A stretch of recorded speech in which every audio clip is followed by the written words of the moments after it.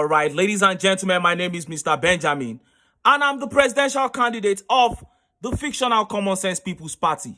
Now, more often than not, when we get things through crooked and unholy means, those things don't last long. And even in their temporary stay, they bring us disgrace and humiliation. Such is the case with Tinubu. Through thuggery, bribery, rigging, and all manner of unholy means, he was able to force his way to the presidency.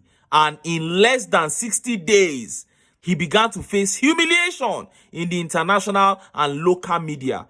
Even the few who genuinely supported him have now lost faith in him, to the point that small man, little man EL-RUFAI came out openly and blasted Tinubu, said Tinubu can never be his godfather. But before I show you that video, let me quickly show you this video of this prominent northerner, Dr. SHEHU, coming out to say the North will soon kick Tinubu out of power. See the video. This is a war that Tinubu cannot afford.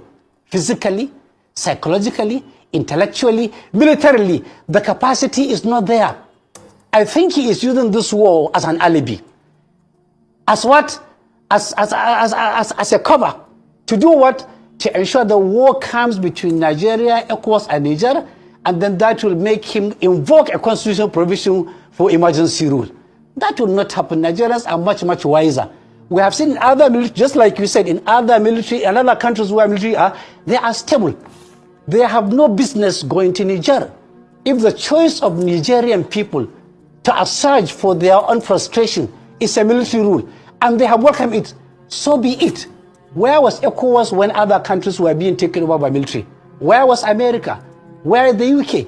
Where are all these pretenders of democracy? Where were they? If military rule is an option to irresponsible leadership, to fraud in governance, to betrayal of trust, to cherry picking of enemies, so be it. Mr. If SHEHU, civilian president don't like coup, if civilian president don't like coup, they should be democratic, they should be responsible, and they should be answerable. Short of that, coup will always be an option for people who are aggrieved.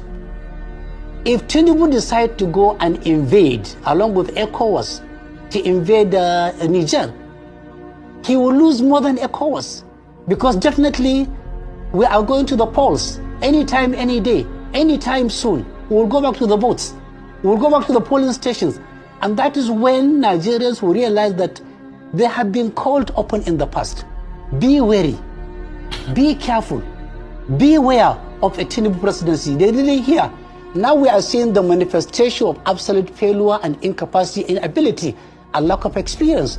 Only an inexperienced president, barely 3 months in an office, can begin to think of war. You heard him. That was Malam SHEHU there, and he was hinting at a rerun, saying we would go back to the polls soon and Tinubu will be kicked out by the northerners. But here we are not even being that generous to Tinubu. We are looking at an outright disqualification with all the evidence on ground. Now, breaking news.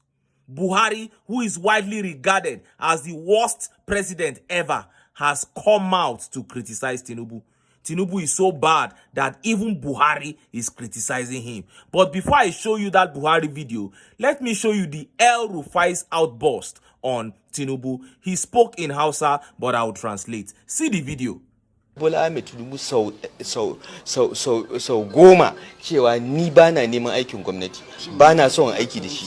Shi yake cewa yana so aiki da ni dole, ni nike cewa bana son abin nan. Wallahi tallahi billahi na fi karfin wani a cewa shine ubangidana.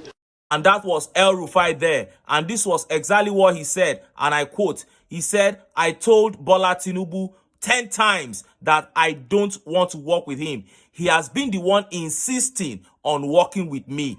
I've told him I don't want government work. Wallahi talahi, I am bigger than anybody thinking he can call himself my godfather. And this is coming following his ministerial nomination and the problem he's having being screened by the DSS. They are saying that there are so many allegations against him that the DSS cannot screen him, and he's trying to prove to the public that the ministerial position self, he no need am. Say na Tinubu they beg am. And I'm very happy that El-RUFAI is pained, because this man a very wicked man. Anything that will pain him brings joy to me. It's good like that. Now, let me show you the video of Buhari criticizing Tinubu for floating the naira. Imagine say Buhari they criticize person. Hey, now me say that person own worse.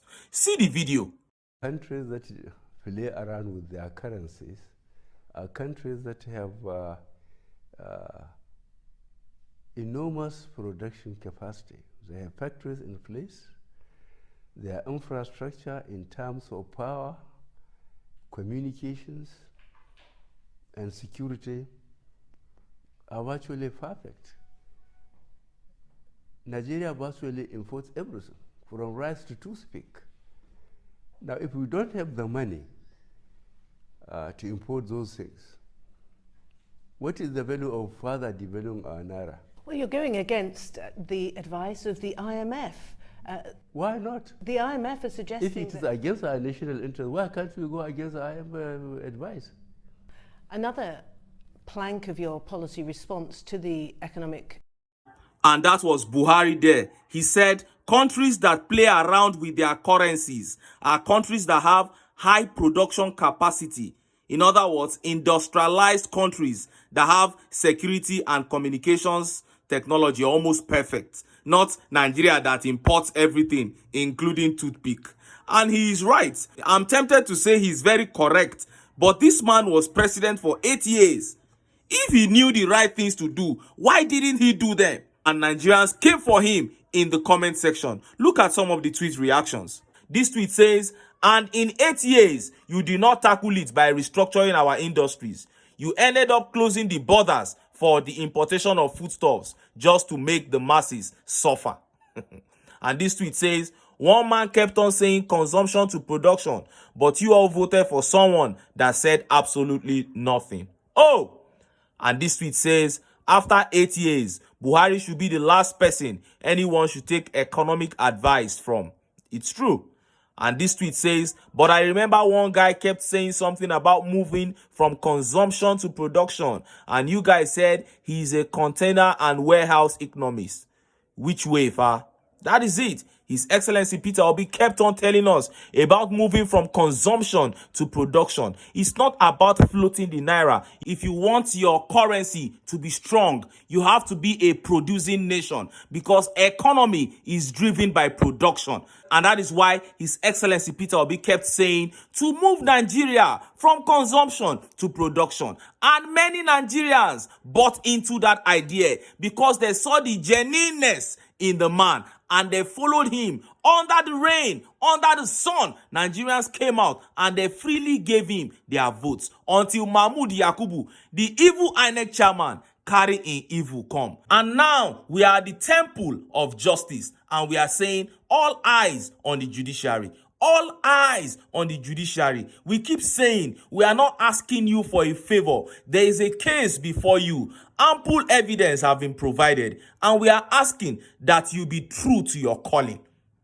We are asking that you be true to the oath that you took to stand by justice. You don't do wuru-wuru before, and we've been overlooking. But this time around, boys are angry. This time around, Nigerians, they vex because of the level of poverty that has been brought upon Nigerians by the APC. And we are hoping that the judiciary will do the right thing. We earnestly wait for the day where we will go past that judgment. For the sake of those of us who in this country now, and for the sake of the children yet unborn. But until then, make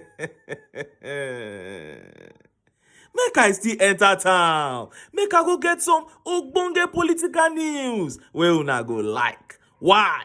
Because of una, now I dey here. So, don't go away.